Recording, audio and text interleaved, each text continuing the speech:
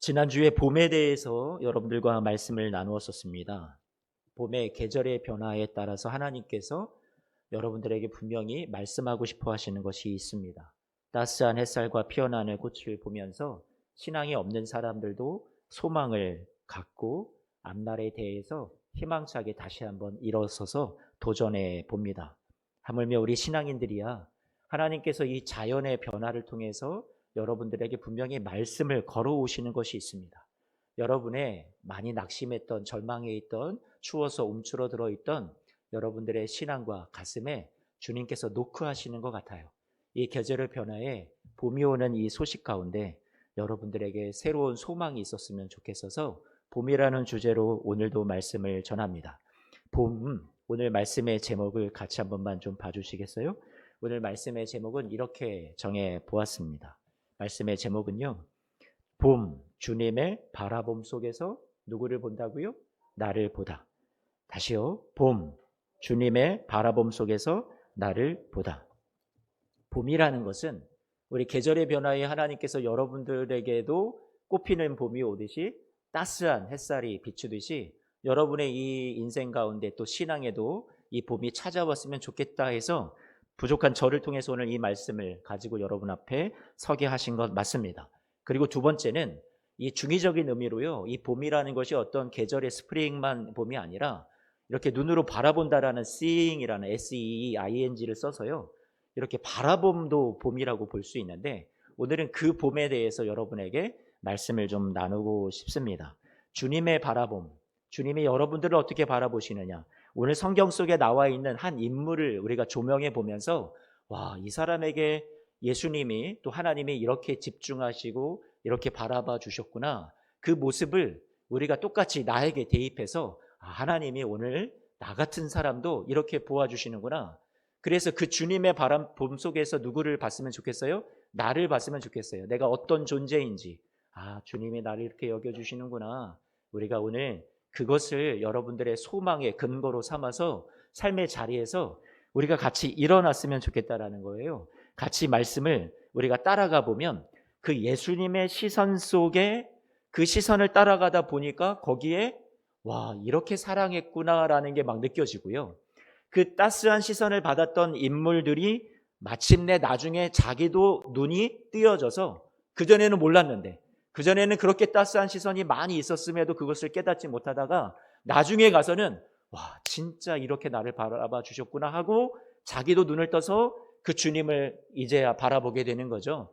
그랬던 사람들의 이야기, 여러분들에게 이야기가 아닐까 생각이 되어서 이 말씀을 준비했습니다. 마태복음 4장 18절 말씀으로 우리 같이 들어가 봅니다. 어떤 사람이 나올까요? 마태복음 4장 18절, 갈릴리 해변에 다니시는데 두 형제 곧 베드로라 하는 시몬과 그의 형제 안드레가 바다에 금을 던지는 것을 어떻게 하셨다고 얘기하고 있어요?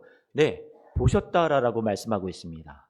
여러분, 여기 보시는 것에 우리가 한번 집중해 봤으면 좋겠는데, 우리는 흔히 예수님이 그들을 부르시고 그리고 이들이 예수님에게 반응해서 따랐다, 그렇게 간단하게 우리는 생각할 수 있습니다. 그냥 예수님을 만나자마자 저분이 어떤 대단한 능력이 보여서 그분을 막 따르고 싶은 마음이 들어서 따르게 되었다, 이렇게 생각할지 모르지만 우리가 이렇게 단순하게 생각하는 오늘 19절 말씀 한 번만 볼까요? 마태복음 4장 19절 말씀하시되 나를 따라오라, 내가 너희를 사람을 낚는 어부가 되게 하리라, 이렇게 말씀하시잖아요. 그러면 이 18절과 19절 사이에 우리가 보는 성경에는 한 줄도 그 사이에 어떤 것이 들어가 있진 않지만 이 사이에 도대체 무엇이 숨어 있을까요? 어떤 스토리가 숨어 있는 것 같습니다. 좀 더 긴 사연이 들어있는 것 같단 말이에요. 그래서 마태복음 4장 19절 말씀도 볼까요? 마태복음 4장 19절 말씀을 보니까, 마가복음 1장 16절입니다. 죄송해요. 마가복음 1장 16절 말씀을 보니까 같은 이야기예요. 같은 이야기인데 마가복음에서도 예수님께서 이들을 어떻게 하셨다고 얘기하고 있어요? 보시니라고 말씀하고 있습니다. 저는 오늘 성경 말씀 가운데 예수님께서 보셨다라는 것에 좀 초점을 맞춰서 여러분과 함께 성경의 이야기를 풀어가 보려고 하고 있습니다. 예전에는 잘 우리가 눈여겨보지 못했을지 모르겠는데 성경을 보니까 예수님이 보셨다라는 게 되게 중요한 거더라고요. 여러분, 예수님이 보셨다라는 표현을 쓰는 마태복음, 마가복음, 누가복음에 쓰여 있는 이 보다라는 단어는 원문을 보니까 이 단어가 쓰여 있어요. 호라오라는 단어를 썼는데, 이 호라오라는 이 본다라는 단어는 무슨 의미냐면 뭔가 좀 주목해서 본다라는 거예요. 우리가 쉽게 그냥 이렇게 간과하거나 대충 훑어보거나 이러면 우리는 놓칠 때가 많잖아요. 뭔가 중요한 게 있는데 우리가 그 중요한 것을 캐치하지 못할 때가 많이 있단 말이에요. 그런데 여기에서 호라오라는 단어를 쓴다라는 건 매우 집중하고 주목하고 관심 있고 세심하게 살펴보는 것을 가리킬 때 호라오라는 단어를 씁니다. 그러니까 예수님께서 오늘 이 안드레와 베드로 형제 안드레와 베드로를 바라보셨다라는 것은 그냥 단순한 바라봄이 아니라는 거죠. 그러면 오늘 마가복음에도 이렇게 한 줄로 나와 있고 그 다음에 부르심을 받아서 사람 나눈 어부가 되었다 하는 것, 마태복음에도 이 두 줄로 소개되어 있는 이 짧은 이야기 가운데 대체 어떤 이야기가 숨어 있는가 보니까 누가복음에는 좀 더 자세하게 말씀이 나오고 있더라고요. 우리 같이 누가복음으로 갑니다. 누가복음 말씀 5장으로 가니까요. 5장 1절 말씀에 여러분 지금 많은 무리가 예수님을 둘러싸서 막 따라다니고 있는 겁니다. 그러니까 예수님이 여러분 바라보는 사람들은 얼마나 많은 사람들이 그 눈에 들어오겠어요. 그렇죠? 수많은 무리가 있단 말이에요. 그런데 그 하나님의 말씀을 예수님으로부터 가르침을 받는 그 많은 무리들 중에 또 1절 말씀 보니까 게네사렛 호수라는 그 넓은 바닷가, 갈릴리 바다라고도 하죠. 그 바닷가에서 예수님이 시선을 어디에 두고 있는지 한번 봐주세요. 수많은 무리와 그 넓은 바다에서 예수님의 시선이 점점 좁혀오는 것을 볼 수 있습니다. 어디로 갈까요? 2절 말씀 보니까 호숫가에 배 몇 척이요? 두 척이 있는 것이 예수님 눈에 들어왔다라는 거예요. 여기서도 예수님이 지금 주목하여 보고 있습니다. 어부들이 배에서 나와서 그물을 씻고 있는 것도 보셨어요. 아, 무언가 고기를 잡지 못했나 보다. 이것도 보셨겠죠? 그리고 막 씻고 되게 고된 모습으로 그들이 지쳐 있는 것도 예수님의 눈에 아마 들어오지 않았을까 싶습니다. 3절 말씀해 보니까 예수님께서 그 수많은 무리들 중에서 그리고 갈릴리 바다, 오늘 말씀에는 게네사렛 호수라고 되어 있는데 그 드넓은 호숫가에서 두 척으로 집중하더니 두 척 중에서 3절입니다. 어느 배요? 한 배로 집중하시고 그리고 그곳에 다가가시는 예수님의 모습이 보입니다. 그런데 그 배는 누구의 배라고 얘기하고 있어요? 시몬의 배라고 얘기하고 있네요. 자, 그 시몬의 배에 예수님은 집중하고 계셨고 주목하여 보고 계셨고 그 배에 오르십니다. 그리고 거기에 또 다시 무리를 그 시몬의 배에서 가르치시기는 했습니다. 그런데 4절 말씀 보니까 말씀을 마치시자마자 예수님께서 이제 지금 마음이 향하고 있는 그 누군가를 향해서 말씀을 꺼내기 시작하시는데 지금 누구를 주목하고 보고 계세요? 시몬을 주목하여 보고 계십니다. 시몬에게 이르시되 깊은 데로 가서 무엇을 내려라요? 그물을 내려 고기를 잡으라 하십니다. 여러분 오늘 이 예수님의 포위망이 좁혀오는 게 느껴지세요? 수많은 무리, 게네사렛 호수, 배 두 척, 배 한 배, 시몬의 배, 그리고 무리가 이 가르침을 받고 있지만 말씀을 마치자마자 시몬에게 말씀을 걸어오시는, 지금 예수님께서 누구를 살리시고 싶어 하시는지, 누구에게 엄청난 관심을 가지고 다가가시는지가 오늘 누가복음 말씀에서, 마태복음, 마가복음에서 보지 못했던 그 내용들이 오늘 이 말씀에 소개가 되어 있습니다. 갈릴리 해변의 이 게네사렛 호수에 예수님께서는 무엇 때문에 가셨을까요? 목적이 있으셨어요. 아, 가서 내가 누군가를, 그의 인생을 변화시켜야겠다. 그에게 앞날에 너는 이런 사람이 될 거야라고 내가 소망을 주는 얘기를 해줘야 되겠다. 그렇게 예수님께서는 목적을 가지시고 그 넓은 곳, 그 많은 사람들 가운데 찾아가셨습니다. 예수님께서 그 많은 사람들을 사랑하지 않으시고 관심도 없으셨다는 얘기를 하는 게 아니라 그들도 하나님께서 또 예수님을 통해서 다른 날, 다른 시기에 하나님이 그들을 다루시는 때가 있었겠죠. 하지만 지금의 성경 이야기 속에서 다루고 있는 것은 베드로에게 초점을 맞추시고 베드로 그 한 사람을 하나님이 소망 주시고 새로운 삶을 주시기 위해서 다가가고 계시는 오늘 그 이야기를 오늘 말씀 우리에게 가르쳐 주고 있습니다. 베드로는 눈에 보였던 것이 무엇이었냐면 물고기를 잡지 못한 자신의 신세가 보였습니다.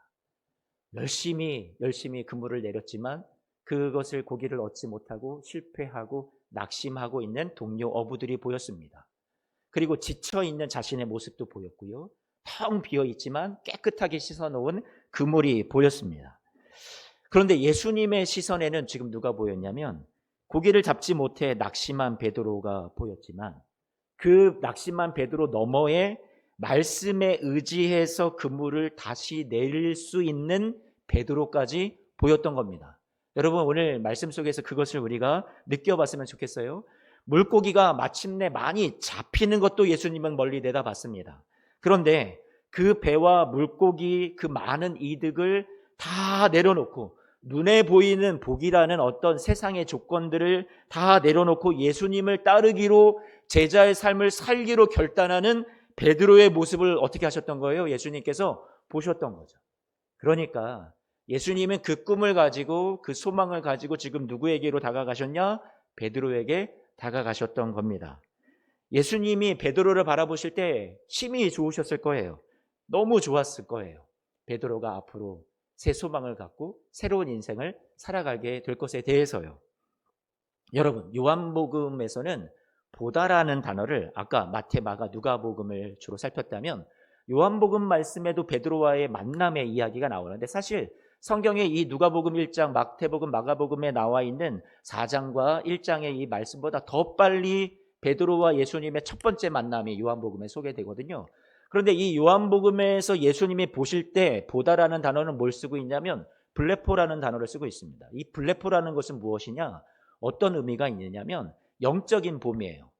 영적으로 본다라는 건 지금의 어떤 그 사람의 현재의 수준, 아까는 예수님께서 앞으로 베드로가 어떻게 믿음으로 그물을 내릴지 그런 앞날에 대한 내다봄이었다면 지금 이 예수님께서 요한복음에서 베드로를 바라봤을 때는 영적인 수준이 지금은 요만한 어린아이와 같고 너무나도 연약한 믿음의 수준이었을지 모르겠지만 그 베드로를 영적으로 보아주시는 거죠. 어떤 내용이 담겨 있을까요? 같이 말씀을 한번 같이 보았으면 좋겠습니다. 요한복음 1장 말씀입니다. 40절 말씀인데요. 자, 요한의 말을 듣고 세례 요한을 말합니다. 이 세례 요한의 제자 중에 예수님의 형제였던 안드레도 세례 요한의 제자였었거든요. 예수님을 따르기 전에 세례 요한을 따랐던 제자였습니다. 아직 베드로는 세례 요한을 따르지 않았었던 거고요. 그런데 이 형제 안드레가 이 베드로 자기 형제에게 야, 내가 좋은 사람 만났어. 내가 너 소개시켜주고 싶어 해가지고 자기 형제 시몬을 베드로를 데리고서 예수님에게 데려가죠. 그래서 42절 말씀을 같이 볼까요? 42절 말씀을 보니까 데리고 예수께로 오니 예수님께서 이 시몬이라는 사람을 어떻게 하셨어요? 베드로 이전의 이름이니까 시몬을 보셨어요. 이르시되 보자마자 뭐라고 축복하시냐면 너가 요한의 아들 시몬, 너무 흔한 이름을 갖고 있지만 하지만 장차 뭐가 된다고 얘기하세요? 게바가 된다라고 말씀해 주십니다. 게바라는 것은 아람어고 번역하면 베드로, 여러분 무슨 말이냐면 반석이라고 그렇게 말씀해 주고 있습니다. 헬라 말로 반석이 될 거야 라고 축복해 주시죠. 여러분 지금 예수님께서 베드로를 보아주셨던 것은 베드로는 지금 당장에는 어떤 반석과도 같은 믿음의 인물이 되지 못해요.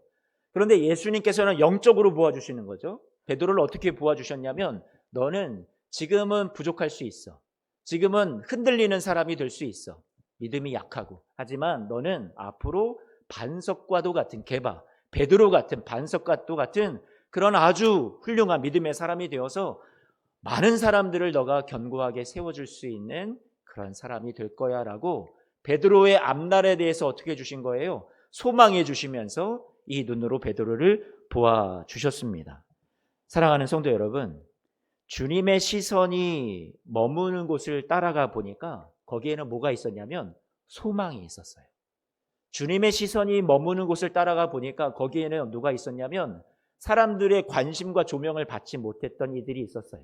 어부였고 배우지 못했던 사람이었고 그는 앞으로 자기는 늘 생각하기를 스스로 자신을 바라보기에 자신이 바라보는 자신의 관점은 나는 참 변덕스럽고 늘 다혈질 같고 성질이 급하고 말은 주장은 많이 하지만 그것을 지켜내지 못하는 어찌 보면 사람들한테 인정받지 못하는 존재라고 사람들이 평가했을 수 있고 자기 자신도 자신을 그렇게 바라봤을지 모르겠어요. 그런데 오늘 예수님을 만나니까 사람들이 얘기했던 것과는 달라요. 자신이 자신을 바라봤던 것과는 달라요. 나는 나를 인정하지 못하는데 예수님은 자신을 소망해주고 너는 앞으로 게바와 같은 베드로와 같은 그런 든든한 존재가 될 거야. 쓰러지지 않는 믿음의 사람이 될 거야. 라고 축복해 주셨다라는 거죠. 고기를 잡아보고 싶지만 낙심해 있던 베드로에게 찾아오셔서 그에게 인생의 앞날에 너는 사람을 낚는 어부가 될 거야 라고 새로운 인생의 소명을 불어넣어 주셨던 그 주님이 베드로를 그렇게 여겨주셨다라는 거예요. 창세기를 보면 하나님이 천지를 창조하실 때 뭐라고 하시냐면 보시기에 좋았더라. 첫째 날 빛을 만드시고 보시기에 좋았더라. 계속 그렇게 말씀하시죠. 그리고 여섯째 날에 짐승도 만드시고 사람들도 다 만드신 다음에 보시기에 뭐라고 말씀하세요? 심히 좋았더라라고 말씀하세요. 너무 좋으셨대요. 그래서 생각을 해봤습니다. 그런데 하나님이 그럼 너무 좋았다라는 그 이유가 앞으로 이 사람들이 말을 잘 들어서 하나님 말씀대로 잘 살아서 순종할 거라서? 아니요. 하나님은 분명히 아셨어요. 이들이 타락할 것도 아셨어요. 이들이 죄를 지을 것도 아셨단 말이에요. 그런데도 하나님은 이들을 보시기에 뭐라고 하세요? 너무 좋다. 제가 생각할 때 하나님의 이 좋으심은 이들이 하나님 앞에 어떤 율법적인 명령을 순종하고 잘 지키고 잘 따르고 이들의 신앙의 점수가 높고 그래서 하나님이 그럴 때만 보시기에 좋았다라고 보셨던 것이 아니라 하나님은 그냥 이들 존재 자체가 좋으신 거예요. 하나님은 이들과 관계를 맺고 사랑하며 사는 것 그 자체가 하나님은 이들의 부족함에도 불구하고 못났음에도 불구하고 하나님을 앞으로 떠날 마음을 아프게 할 존재들임에도 불구하고 하나님은 이들을 창조하신 것 자체가 하나님은 이들을 만드신 것 자체가 하나님은 보시기에 어떻다고요? 너무 좋았더라. 저는 베드로를 바라보시는 예수님의 시선도 이렇다고 생각이 됩니다. 너무 잘해서요, 베드로가? 너무 뛰어난 제자가 될 것이라서요? 아니요.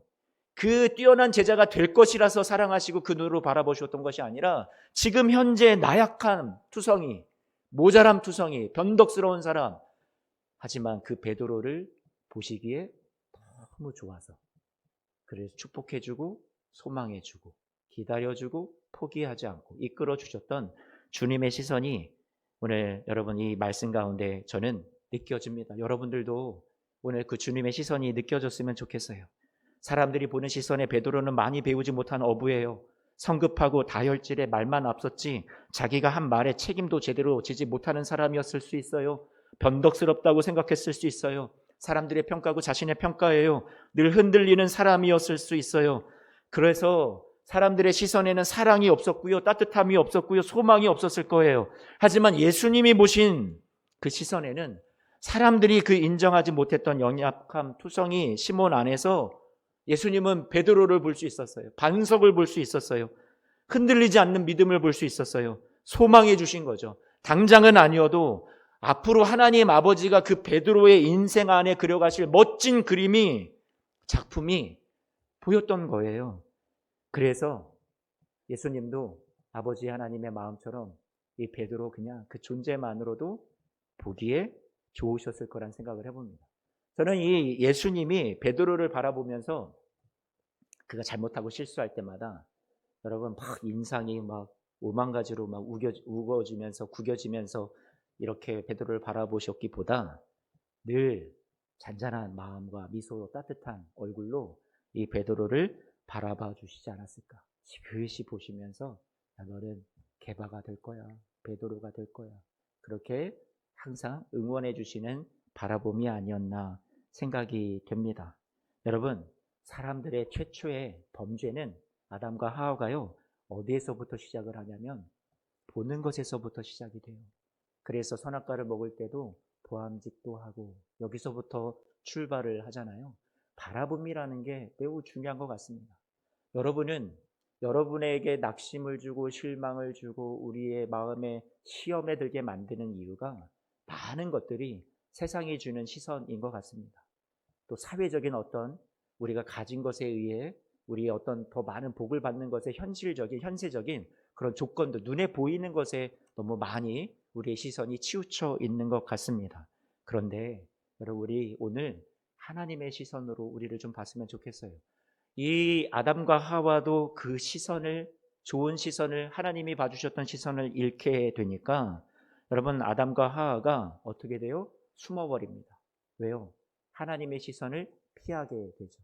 죄를 짓고 올바른 눈으로 자신들을 바라보지 못하게 되니까 부끄럽고, 또 하나님을 올바로 바라보지 못하니까 하나님이 우리를 죽이시겠지? 우리를 미워하시겠지? 하나님이 우리를 포기하시겠지? 가만히 안 두시겠지? 하나님을 오해하는 거죠. 너가 어찌하여 숨느냐? 하나님이 말씀하시잖아요. 하나님은 그들에게 가죽옷을 지어 입히시고 그들의 허물을 덮어주시고 그들을 회복 주시기를 원하시는, 그들을 부르시고 그들을 찾으시는 하나님이셨단 말이에요. 이게 하나님의 시선을 피한다고 되는 일이 아닌 것 같아요. 여러분, 우리가 주님의 시선을 오해하지 않았으면 좋겠어요. 주님이 반석이 될 거라 베드로를 보아주셨지만 베드로가 격려를 받아서일까 정말 잘할 때도 있었어요. 그렇죠? 베드로가 예수님을 그리스도시요, 주는 그리스도시요, 살아계신 하나님의 아들이십니다, 아주 멋지게 고백을 했었습니다. 그런데 이 예수님을 바라봤을 때 그렇게 좋은 모습으로 바라볼 때도 있었지만 그가 시선을 다른 데 팔게 됩니다. 예수님이 앞으로 나는 순환받을 것에 대해서 예수님께서 이렇게 말씀을 제자들에게 하니까 베드로가 뭐가 보이냐면 자신의 출세, 성공, 예수님이 왕이 되어서 내가 높은 자리 하나를 차지해야 되는데 그 영광의 자리를 바라보고 있었는데 예수님이 이 말씀을 하니까 거기서 꽈당 넘어집니다. 물거품 되는 거 아니야.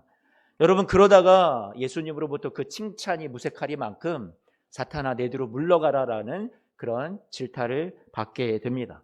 물 위를 걸을 수 있었던 베드로는, 여러분, 왜 걸을 수 있었어요? 예수님을 바라보았기 때문에 걸을 수 있었어요. 그분을 믿으니까, 신뢰하니까. 하지만 물 위를 걷다가 물에 빠져갔던 것은 무슨 이유예요? 넘칠거리는 파도를 바라보았기 때문에 물 위에 빠져갑니다. 여러분의 시선을 우리는 어디에 두어야 할까요? 우리 주님에게 두어야겠죠. 누가복음 22장 말씀을 보니까 또 다른 시선이 나옵니다. 누가복음 22장 31절 말씀을 보니까 예수님의 눈에 지금 무엇이 들어오냐면 31절 말씀 띄워주시면 사탄이 이 베드로를 시험에 빠뜨리는 모습이 보입니다. 그래서 안타까운 마음에 그것이 예수님의 눈에 들어오니까 베드로를 위해서 그 믿음이 떨어지지 않기를 위해 기도해 주셨습니다. 그런데 예수님은 어디까지 보시냐면 32절 말씀 좀 한번 띄워주시겠어요? 베드로가 믿음이 떨어지지 않기를 위해서 기도한 후에 그가 돌이켜서 형제를 굳게 하는 그 자리에 서는 것까지 예수님은 지금 보이시는 것 같습니다. 그래서 33절 34절 말씀에 보니까 베드로가 항상 호언장담하잖아요. 변덕스럽지만 자신의 변덕스러움을 그렇게 지금도 아직도 제대로 깨닫지 못하고 있는 것 같아요. 내가 주와 함께 오게도 죽는 데에도 나는 갈 수 있습니다, 각오했습니다 얘기를 하죠. 그런데 예수님의 눈에는 또 무엇이 보이냐면 이 베드로가 예수님을 3번 부인할 것이 보입니다. 그리고 닭이 우는 것도 예수님께서는 보셨어요. 여러분, 그래서 예수님께서는 이 베드로를 위해서 기도해 주셨던 거죠. 그리고 그 믿음이 떨어지지 않고 든든히 설 수 있는 사람이 되어서 다른 사람도 회복시킬 수 있는 그 자리까지 되기를 아마 눈물로 사랑하는 마음으로 베드로를 바라보시면서, 여러분, 지금 이런 것이 눈에 보였다면 여러분, 저 같으면 이놈의 새끼 되먹지도 못한 놈, 너가 내 제자냐 하고 쫓아내거나 거기에 제자의 명부에서 지워버렸을지 모르겠는데 예수님은 이 안타까운 마음으로 포기할 수 없잖아요. 사랑하시잖아요. 그 시선을, 따스한 시선을 포기할 수 없단 말이에요. 그래서 베드로를 위해서 기도해 주셨던 따뜻한 사랑의 시선을 오늘 말씀에서 확인하게 됩니다. 그런데 이 베드로가 그런 사랑을, 기도를 받았음에도 불구하고 예수님을 결국 부인하는 일을 저지르게 되는데, 오늘 56절 말씀을 볼까요? 56절 말씀 보니까 예수님이 신분받는 자리에 베드로가 따라갔잖아요. 그런데 예수님 말고 한 여종의 시선을 받게 됩니다. 근데 그 여종의 시선이 얼마나 따가운지, 얼마나 겁이 나고 나를 두렵게 하는지 이 베드로가요, 너무 겁이 나서 너도 그 예수라는 자와 함께 있었던 도당이지 하고 베드로를 주목하여 보고 막 물으니까 베드로는 아니다, 나는 내가 그를 알지 못한다 하면서 정말로 3번을 부인하게 되죠. 자, 그렇게 3번을 부인하게 될 때 여러분 어떻게 되냐면 진짜 닭이 울고요, 시선이 한 가지가 느껴집니다. 61절 말씀입니다. 61절 말씀에 주께서 돌이켜 누구를 보셨다고요? 베드로를 어떻게 하셨어요? 보셨다라고 말씀하고 있습니다. 여러분, 여기에 나오는 예수님의 시선을 한번 우리가 상상을 해봤으면 좋겠어요. 예수님은 어떤 마음으로 베드로를 보셨을까? 베드로는 어떤 마음을 느꼈을까? 예수님과 눈이 마주쳤을 때, 난 다 끝났다. 저 예수님 저렇게 힘없이 십자가에서 저주받은 사람들이나 달리는 십자가에서 죽는 건데 내 스승 예수가 저렇게 죽게 된다면 이제는 다 끝난 거다. 희망도 없다. 그리고 또 한켠에는 자신이 사랑했던 한때의 그 스승을 이제는 다시 볼 수 없고 자신이 또 부인하고 저주까지 했다라는 마음에 그 예수님이 계신 그 자리에서 자신이 그렇게 못난 모습을 또 보였다라는 마음에 너무나도 가슴이 아프고 힘들었을 겁니다. 낙심했을 거예요. 정말 모든 꿈이 산산조각 나는 시간이었을 거란 말이에요. 그 죽음을 앞둔 예수님마저도 자기가 그 마지막 순간에도 실망시켜 드렸다는 생각 때문에 너무나도 마음이 아팠을 겁니다. 그래서 62절 말씀 보니까 밖에 나가서 심히 통곡했다라고 얘기하고 있습니다. 베드로는 이제는 다시는 일어서지 못할 그런 모습으로 아마 자신의 삶의 자리로 돌아갔을 겁니다. 그런데 예수님이 부활하셨대요. 그런데 예수님을 두 번이나 앞서서 제자들에게 나타나신 그 예수님이 분명히 제자들에게 몸을 보여주셨지만 베드로는 아마 고개를 들 수가 없었을 거예요. 예수님을 만날 자신도 없었을 거예요. 용기도 없었을 거예요. 그런데 세 번째 제자들에게 나타나실 때 예수님께서 그 베드로와의 추억이 있었던 갈릴리 바다 게네사렛 호수, 거기에서 새로운 소명을 주었던 자리, 과거의 삶을 버리고 새로운 인생을 시작하게 되었던 그 자리, 게네사렛 호수, 갈릴리 바닷가에 디베라 바닷가라고도 하죠. 되게 이름이 많네요. 같은 이름인데 그곳에 예수님이 먼저 가 계셨습니다. 거기에 베드로가 올 것을 알고 계셨고 예수님께서는 이들이 고기를 잡다가 지칠 것도 알고 계셨고 손수 조반을 생선과 떡을 준비하시면서 내가 어떻게 베드로를 포함한 이 낙심한 제자들을 내가 살릴 수 있지? 그들을 멀리서부터 지켜보셨습니다. 또 고기를 못 잡습니다. 또 낙심하고 지쳐 있었을 거예요. 내가 어떻게 저들을 다시 용기 줄 수 있지? 항상 그 마음으로 이 제자들을 그 시선을 가지고 바라보셨단 말이에요. 그래서 여러분을 말씀 같이 보면 말씀을 한번 같이 봤으면 좋겠습니다. 21장 7절 말씀입니다. 21장 7절 예수께서 사랑하시는 그 제자가 누구예요? 요한, 사도 요한이죠. 요한복음을 기록했던 그 요한이 예수께서 사랑하시는 그 제자인데 그가 베드로에게 주님이시라 그러니까 베드로가 막 허겁지겁 옷을 둘러 입고 막 바다로 첨벙첨벙 뛰어내립니다. 예수님이 계신 해변가로 갔던 거겠죠. 너무 좋았어요. 왜? 예수님이 실패한 자기를 한 번 더 찾아오시니까 안 만나 주실 줄 알았어요. 다시는 자신을 찾아주지 않을 주님이라고 생각했을 거예요. 자기는 염치가 없다고 생각했을 거예요. 그런데 실패한 제자들을 찾아오신 주님을 발견했을 때 또 고기를 잡으라고 그물을 내리라고 얘기해 주신 그 음성을 따랐을 때 이렇게 회복되는 걸 보면서 베드로는 설레었을 거예요. 와, 저 주님이 또다시 나를 회복 주시려고 이곳에 찾아오셨나 보다. 그래서 거기에서 주님의 따스한 환대와 사랑을 받고 오늘 15절 말씀, 16절 말씀, 17절 말씀 보니까 베드로에게 이 조반을 다 먹이신 후에 예수님께서 따로 물으십니다. 너가 나를 사랑하느냐? 16절, 17절에도 두 번째, 세 번째 너가 나를 사랑하느냐 물으십니다. 베드로는 그 입술로 세 번을 예수님을 부인하고 저주했던 입술이에요. 그 입술이 평생의 후회로 남았을 거예요. 자신의 입술을 후회하고 자책하고 나 같은 죄인 내가 어떻게 예수님 앞에 부활하신 주님을 내가 만날 수 있단 말이야. 나는 다시는 사람을 낚는 어부가 되지 못해. 그랬던 베드로에게 예수님께서는 여러분 예수님이 이 베드로의 사랑의 고백을 의심해서 나 못 뵙겠어. 다시 한번 고백해. 또 한번 고백해. 이게 아니라는 거 여러분들도 아시죠? 믿지 못해서가 아니라 그 베드로가 평생 상처가 되는 자신의 입술로 세 번 부인하고 저주했던 그 입술을 예수님께서 세 번이나 사랑을 고백하게 하심으로 한 번 더 고백하게 하시고 또 한 번 고백하게 하셔서 그 입술을 씻어주신 거죠. 과거의 아픔과 상처의 자리에서 더 남아있지 말라고. 이제 그 과거를, 상처를 뒤로 하고 일어서라고. 너는 그 과거에 매여있는 존재가 아니라고. 나는 너의 앞날을 축복한다고. 너의 미래를 내가 소망한다고. 넌 충분히 그렇게 될 자격이 있어 하면서 베드로를 되살려 주신 예수님의 사랑의 모습이 오늘도 말씀 속에 담겨 있습니다. 사랑하는 성도 여러분, 우리는 지금까지 베드로를 향하여 계속 쫓아다니셨던 따뜻한 사랑의 예수님의 시선을 살펴보았습니다. 얼마나 따뜻했나요? 얼마나 소망의 바라봄이었나요? 여러분, 얼마나 사랑을 가지신 눈이셨나요? 그 주님의 눈이 오늘 저와 여러분들을 향해서도 바라봐 주실 줄로 믿습니다. 베드로 후서 말씀을 보면 베드로가요, 그 예수님의 이 기도, 막 쓰러지는 사람이었고 흔들리는 사람이었고 진짜 반석이라는 이름은 아직까지 어울리지 않는 사람이었지만, 그가 진짜 예수님이 내가 너를 굳게 돌이키고 회복시킨 후에는 너가 다른 사람들도 굳세게 해주는 사람이 될 거야.